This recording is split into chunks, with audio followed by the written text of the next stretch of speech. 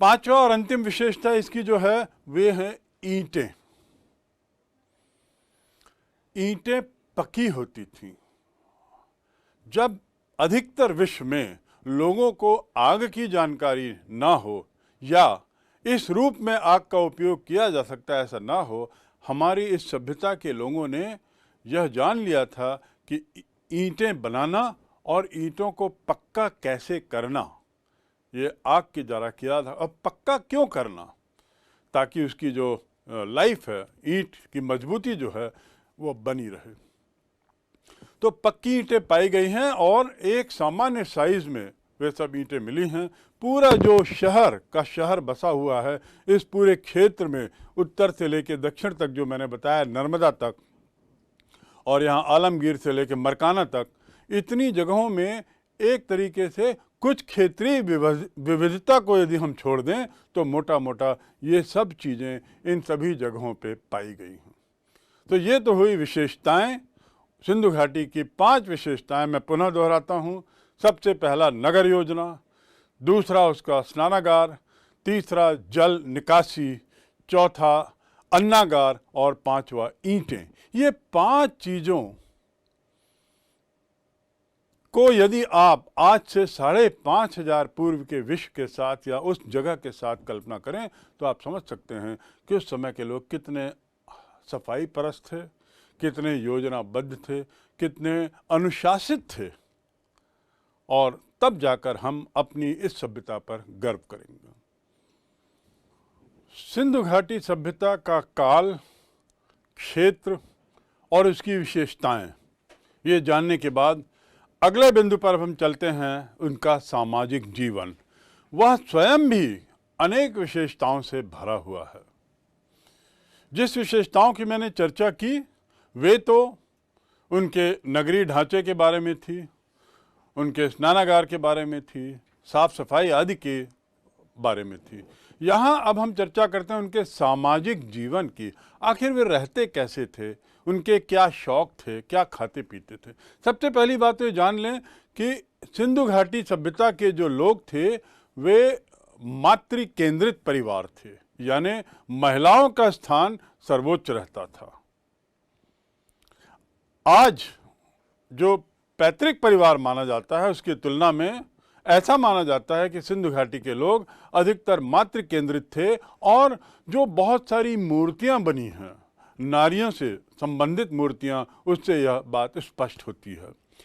इसके अलावा उन लोगों का जो रहन सहन था, वे सारे तरह के शौक रखते थे। उदाहरण के लिए सोने का कार्य पलंग में करते थे, उनके बिस्तरों की समुचित व्यवस्था होती थी, साथ ही उनके जो कमरे थे वे कमरे भी आज की तरह ही बटे हुए थे, खंडों में बटे हुए थे।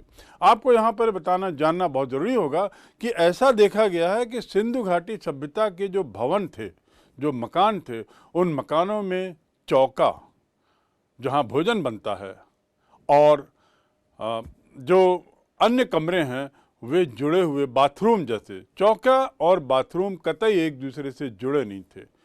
यह शायद उनके हाइजीनिक सेंस की ओर इशारा करता है। इसी प्रकार उनके जो खिलौने थे, सिंधु घाटी सभ्यता के समय के पाए गए खिलौने बहुत तरीके के हैं, जो अधिकतर मिट्टी के बने हुए हैं और पके हुए, पकी हुई मिट्टी के बने हुए हैं, जिसमें बैल हैं, हाथी हैं, हिरन हैं, सींग वाले कुछ जानवर हैं, और इसके अलावा कुछ ऐसे चित्र भी, कुछ ऐसी मूर्तियां भी मिली हैं छोटी छोटी, जो शायद किसी सुपर नेचुरल भावनाओं को दिखाती हैं। शायद ये इशारा करती हैं कि उन लोगों का किसी तरह के तीसरी शक्ति पर, दूसरी शक्ति पर विश्वास था। इन मूर्तियों की, इन चित्रों के जो विभिन्न आयाम हैं, उससे यह स्पष्ट होता है कि उन्हें खेल कूद का, मनोरंजन का बहुत शौक था। आखिर स्नानागार भी मनोरंजन का ही एक जरिया हुआ करता था। ऐसा महसूस होता है कि शायद पासा, जो उस समय खेलते थे, पासा उनका बहुत प्रिय खेल हुआ करता था। उनको आज से 5,500 वर्ष पूर्व के पुरुष और महिलाओं को श्रृंगार का उतना ही शौक था जितना आज है। ऐसा महसूस होता है कि उस समय की महिलाएं शायद लिपस्टिक का उपयोग करती थी, पाउडर का उपयोग करती थी और केश सज्जा के लिए अन्य चीज़ों का उपयोग करती थी। कंघियाँ पाई गई हैं जिससे परिलक्षित होता है कि पुरुष और महिलाएं अपने बालों को सजाते थे, संवारते थे और महिलाएं अपने बाल लंबे रखती थीं। जिस तरीके के बर्तन पाए गए हैं उसमें भी बहुत विविधता है और इन बर्तनों से स्पष्ट होता है कि अलग अलग उद्देश्य के लिए वे लोग अलग अलग तरीके के बर्तन का उपयोग करना जानते थे और उपयोग करते थे। सब पकी हुई मिट्टी के बर्तन होने के नाते बड़े मजबूत होते थे और पुरातत्व विभाग के द्वारा किए गए उत्खनन के बाद जब ये बर्तन निकाले गए तो उनकी मजबूती देखकर लोगों को आश्चर्य होता है। जहाँ तक उनके इस बात का सवाल है कि शिकारी की आदतें क्या थी, उनकी किस तरह के शिकार करते थे, चित्रों से और अन्य माध्यमों से उत्खनन से ही यह स्पष्ट महसूस होता है कि उन्हें आखेट का शौक था। वे भी शिकारी थे, वे भी शिकार का शौक रखते थे और मूल रूप से हिरन का शिकार करते थे। मछली भी मारते थे और मछली मारने के लिए जो औजार की ज़रूरत होती है उस औजार से वे वाकिफ़ थे।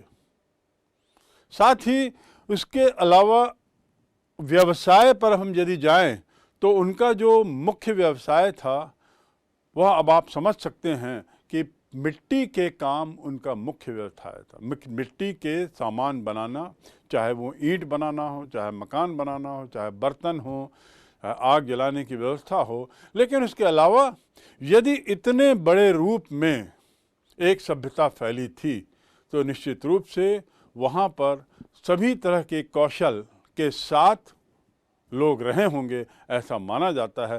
तभी संभव था कि इतनी बढ़िया सड़कें बनाई जाएं। एक सड़क बनाने के लिए, एक भवन बनाने के लिए, एक स्नानागार बनाने के लिए गणित की बहुत आवश्यकता होती है, गणित की जानकारी की। निश्चित रूप से यदि 90 डिग्री पर या समकोण पर सड़कें बनती थी, मकान इतने मजबूत थे उनकी नींव की आज भी वे खड़े हुए हैं, तो ये तभी संभव है जब उस समय के कारीगर कुशल रहे हैं।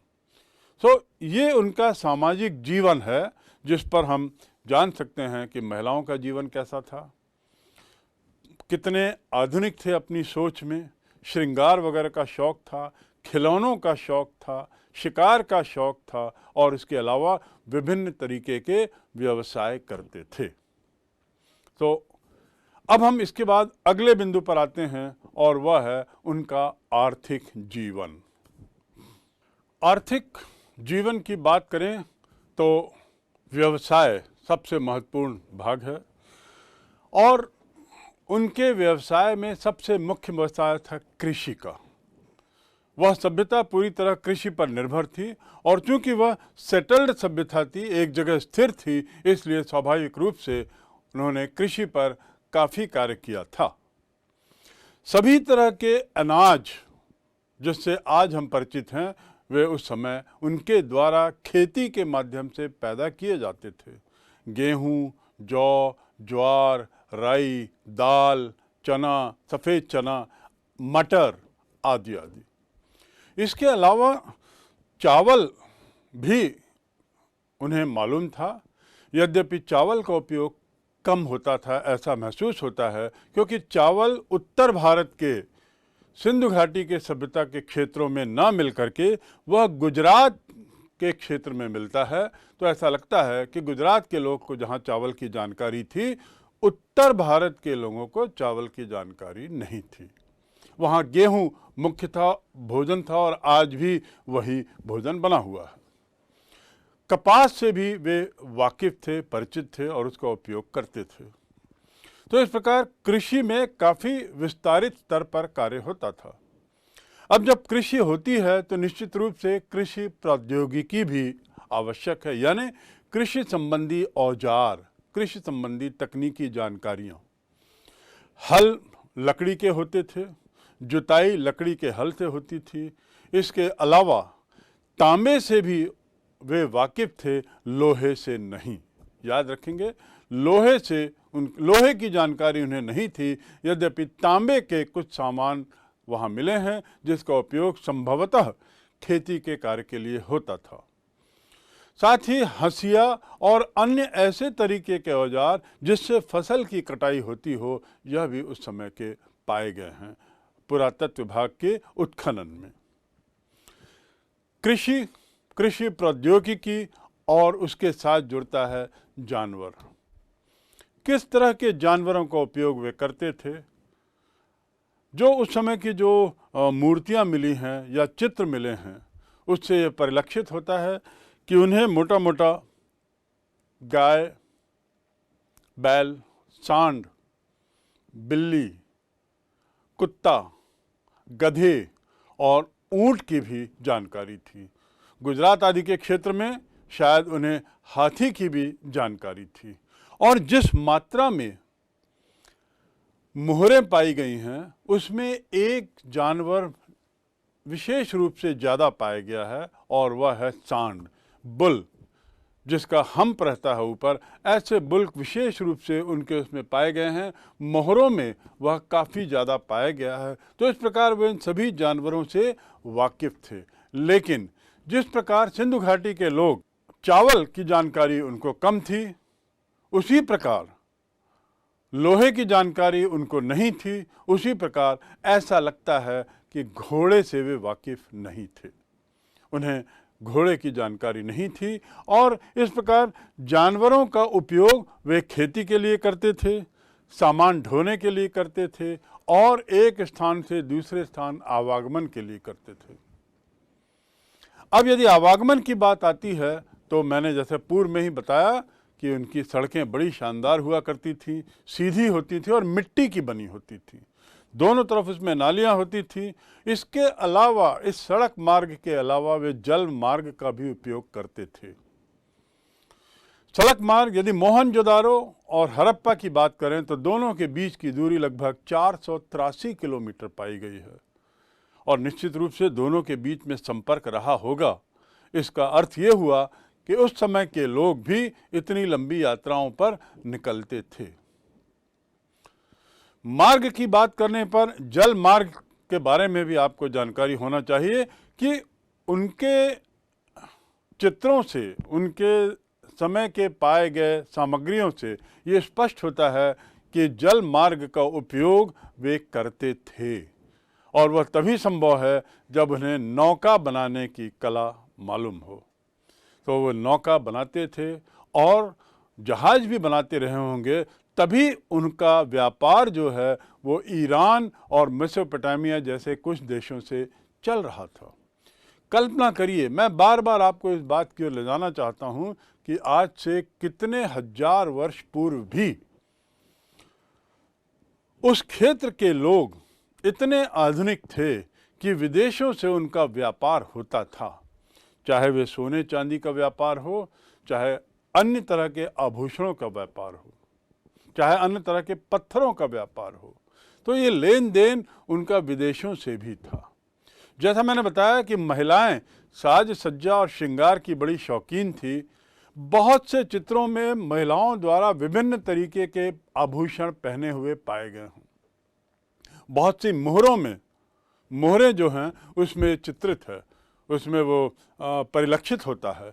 ये संभावना है कि इसमें से बहुत से आभूषण इन देशों से आए होंगे, चाहे मेसोपोटामिया हो, चाहे ईरान हो। और इस प्रकार भारत के लोगों का व्यापार विदेशों से भी बना हुआ था, जल मार्ग के माध्यम से, और थल मार्ग से तो था ही। साथ ही शिल्प उद्योग भी बहुत ज़्यादा बढ़ा हुआ था। जैसा मैंने बताया, उनको कपास मालूम था। कपास की जानकारी का अर्थ ये है कि वे उसमें काफ़ी कुछ कार्य करते रहे होंगे, धागा बनाएं, सूत बनाएं, और इसके अलावा कारीगरी के अन्य कार्य, जैसा घरों में दरी बिछाना, चटाई, पलंग, बढ़ई के कार्य, बर्तनों के कार्य, इस प्रकार सभी तरह के शिल्प कार्यों में वे पारंगत रहे होंगे। तभी यह सभ्यता इतनी ऊंचाइयों तक पहुंची जो हमें इस उत्खनन से मालूम पड़ती है। अंतिम बिंदु इस बात पर है कि जो इनका जब व्यापार होता था, लेन देन होता था तो उसका जरिया क्या रहता था, माप तौल और बांट में भी इनका बहुत विश्वास था। ये जानते थे कि वस्तुओं को कैसे मापा जाए, कैसे बांटा जाए। और ऐसा देखा गया है, ऐसा अंदाज है कि इनका जो गुणात्मक अंक था वो 1, 4, 8, 16, 32, 64 इस प्रकार उनका गुणा होता था। और 16 जो अंक था वह शायद इनके लिए ज़्यादा काम का था। 16 अंक के बारे में हमें बहुत से उदाहरण उस समय के उत्खनन में मिलते हैं, चाहे वो सड़कों की संख्या हो, चाहे वे किले में बने हुए कार्यालय हों। ऐसा लगता है कि हर चीज़ को 16 के साथ वे ज़्यादा जोड़ते थे, यह अंक उनके लिए ज़्यादा निकट था। साथ ही दशमलव से वाकिफ थे, ऐसा माना जा रहा है।